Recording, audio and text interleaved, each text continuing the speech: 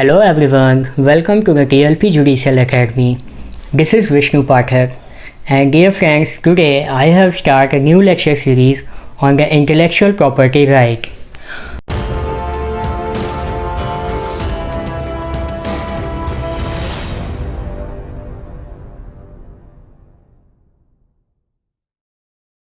So I hope you all know about the intellectual property right. You must have studied in your LLB examination, or if you are preparing for any competitive examination such as UGC NET, CLAT and LLM entrance, then you must have read the intellectual property right. Friends, this is the introductory class, and here I have just tried to provide you a brief introduction only, and after that I will deal each and everything in a very detailed manner. Okay, so let's start without wasting further timing. So today's topic is IPR protection in India. Like today we will know like what is the IPR and what is the law related to the IPR in India and what is the meaning of IPR. Okay, so let's see what we have. Okay, so this is the synopsis of this lecture, like content of this lecture, what we will cover in this lecture. So first, an overview, the IP law in India and its TRIPS compliance. Intellectual property right का evolution कैसे हुआ है और क्या इसके related law है और ये कैसे ट्रिप्स से कंप्लायंस करता है, आज हम ये सबसे पहले जानेंगे. After that what is IPR, हम IPR की डेफिनेशन फाइंड करेंगे.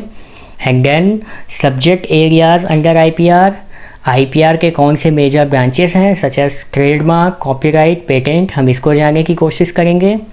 And then organiser structure of the IP offices in India. So IP offices का क्या स्ट्रक्चर है इंडिया में, क्या है, ये सारी चीज़ें हम जानने की कोशिश करेंगे. And friends, if you are pursuing your LLB exam or you are doing LLB, then don't worry, मैं IPR को एकदम बेसिक से एकदम डीप लेवल तक कवर करूँगा, आपके सारे सिलेबस को कवर करूँगा और सब चीज़ों को एकदम अच्छे से पढ़ाऊँगा, जो कि हम अपने LLB में बस एज अ पास होने के लिए थोड़ा सा एक हल्के में थोड़ा बहुत पढ़ के हम इसे क्लियर कर देते हैं. But I think if I am not wrong तो बहुत सारे लोग जो है बस इसको लाइक थोड़ा लाइटली वे में पढ़ के चले जाते हैं जब हमारा LLB होता है. बट आफ्टर दैट हमें इस पे फोकस करना होता है, क्योंकि अगर हम UGC नेट के एग्ज़ाम को देखें या हम फिर क्लैट के एंट्रेंस में देखें तो इन सब एग्ज़ामिनेशन में या अगर कॉर्पोरेट फील्ड्स में हम जाएंगे तो IPR का एक अलग ही महत्व है जो हमें जानना चाहिए ज़रूरी. Okay, so this is the synopsis of this lecture. So let's do, आगे हम देखते हैं क्या है. Okay, so an overview the IP laws in India and its compliance with TRIPS. Friends, जो इंडिया में IP लॉ है वो तो इवॉल्व हो गया था. कॉपीराइट एक्ट आपका 1957 में ही आ गया था. ओके, पेटेंट एक्ट 1970 में ही आ गया था. बट जब हमने ट्रिप्स एग्रीमेंट साइन किया, इंडिया ने जब ट्रिप्स एग्रीमेंट साइन किया तो उसके बाद हमारी जो गवर्नमेंट है, जो हमारे लॉ मेकर्स हैं, उन्होंने हमारे IP लॉज को as per the trips compliance के लिए बनाया, उसको अमेंड किया. Okay, so in India IP law evolve with the compliance of trips agreement. Okay, so the first of आपके दिमाग में ये क्वेश्चन आ रहा होगा, what is trips. However I know आपको ये मालूम होगा कि ट्रिप्स होता क्या है. Okay, what is the meaning of what is trips stands for. But still, जैसा कि हमने पहले ही बोला कि I will start with the very basic. So the trips stand for the agreement of trade related aspect of intellectual property right.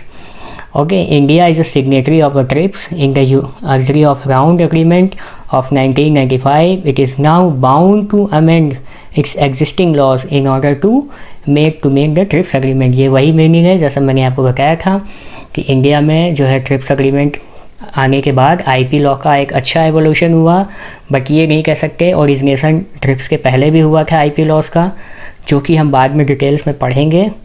Okay, so basically India में जो IP law का जो बून हुआ, या आप कह सकते हैं कि जो एक अच्छा इनेक्टमेंट, जो एवोल्यूशन अच्छा हुआ, वो ट्रिप्स एग्रीमेंट के सिग्नेटरी होने के बाद हुआ. Okay, so next, what is IPR. I am telling everything, I am telling each and every time like IPR, so I am supposed to explain the meaning of IPR. So according to the World Intellectual Property Organization, WIPO, बहुत लोग इसे विपो भी बोलते हैं normal बोलचाल की भाषा में. सो अकॉर्डिंग टू विपो, intellectual property refers to creation of the mind such as inventions, literary and artistic works, design and symbols, names and image and use and commerce. So friends, okay, इस definition में तो बहुत ऐसा word to word वर्बैटम हम नहीं जानते हैं. एक बहुत लेमैन लैंग्वेज में अगर हम समझना चाहें तो properties are two kinds. I hope being a law student you must know. The first is tangible and another one is intangible. So those property that is belong to our intellectual and those are intangible. Okay, this is known as the intellectual property, and for the protection of that property there is a law, and this is known as intellectual property right, because every property is a bundle of right. Okay, property, meaning of the property is a bundle of right, and this is the intellectual property. So we are protecting our intellectual property right. I hope ये definition आपको clear हो गई होगी. Still अगर आपके पास कोई doubt है so you can comment and you can ask me. Okay, so next is what is patent. Since I have told you कि लाइक IPR के कुछ मेजर ब्रांचेस हैं जैसे patent, copyright, trademark, geographical indication, design and semiconductor, बहुत सारी चीज़ें हैं जो मैं एक एक करके आपको डिटेल्स में पढ़ाऊँगा आगे चल के. So for the time being the definition of patent we have to deal. Okay, so in India to deal with the patent mechanism we have enacted India has enacted Indian Patent Act 1970. Okay, and as for the Patent Act, the definition of patent is a patent is a monopoly right to a person who invented new or useful inventions. Sometimes patent also granted for an improvement to the existing invention. Okay, so patent का मतलब ये होता है कि जब भी हम किसी एक ऐसी इन्वेंशन को बनाते हैं जो कि हमारे लिए यूज़फुल हो, या कोई ऐसी इन्वेंशन जो एग्जिस्टिंग हो बट हम उसे मॉडिफाई करके उसे और यूज़फुल बनाते हैं, तो उसके लिए जो हमारा राइट है वो पेटेंट के अंडर कवर होता है. और आपने अक्सर सुना होगा कि इस कंपनी ने इसका पेटेंट लिया. आपको पता होगा कि सबसे ज़्यादा पेटेंट फार्मास्यूटिकल इंडस्ट्री में है.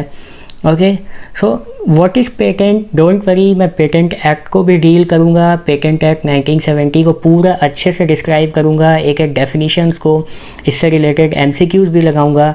सो you don't have to worry. Okay, since it is just introductory class, so I am not going to detail. Okay, so next is trademark. So trademark को गवर्न करने के लिए इंडिया ने trademark act बनाया है जो कि ट्रिप्स के कंप्लायंस के अकॉर्डिंग है, और ये 1999 में स्टेप आया था ये एक्ट.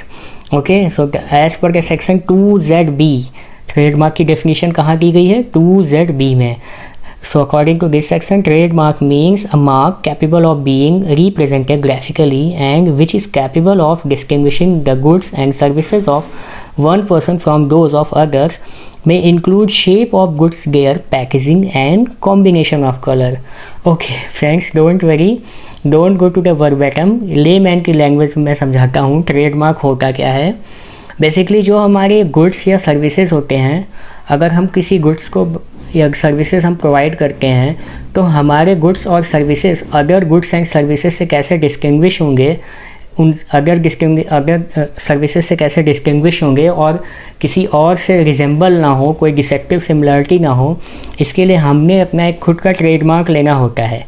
ओके, जिससे हम अपने गुड्स और सर्विसेज को डिस्क्राइब कर सकें. जैसा कि आप SBI देखते होंगे तो एक वाइट सर्कल होता है, उसके अंदर फिर ब्लू सर्कल होता है. It is a basically design और शेप और even sometimes packaging also consider as a trademark. I hope but आपने टीवी पे ऐड देखा होगा किंडर जॉय का, तो किंडर जॉय की जो पैकेजिंग है ना वो अपने आप में थोड़ी यूनिक है. Okay, so it is also can be consider as a trademark. Don't worry, मैं ट्रेडमार्क एक्ट को भी बहुत अच्छे से कवर करूँगा. अभी के लिए हम आगे बढ़ते हैं. Okay, so next is copyright. Okay, so what is copyright, और फिर वही अगेन बात, इंडिया में कॉपीराइट एक्ट को डील करने के लिए कॉपीराइट एक्ट बनाया गया था. or section 14 of the Indian Copyright Act deals with the definition of the copyright. However, friends, in Bare Act you will find a very broad definition. Just for the sake of understanding, I have write down these definition in a nutshell. And for this, copyright is exclusive right given by law to creator or author of literary, artistic, dramatic, musical and procedure of cinematograph, films and sound recording. देखिए, copyright act में हर एक शब्द का बहुत मतलब होता है. जैसे लिटरेरी वर्क क्या होता है, ड्रामेटिक वर्क क्या होता है, आर्टिस्टिक वर्क क्या होता है, जो भी हमारी इंटेलेक्चुअल प्रॉपर्टी राइट है.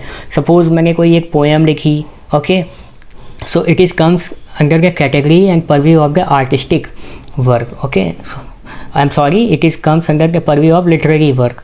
वहीं अगर हम कोई सॉफ्टवेयर डिज़ाइन करते हैं, हम कोई ऐसी कोडिंग करते हैं, कोई ऐसा यूनिक सॉफ्टवेयर बनाते हैं, तो उसका उसकी जो भी कोडिंग होगी वो भी जो है लिटरेरी वर्क में आती है. सो इस डेफिनेशन का जो परव्यू है वो बहुत वाइड है. When we will deal with the copyright act, then I will explain each and every meaning under this act. Okay, so for the time being, next, what is the next? Okay, so हमारा next definition है geographical indication act.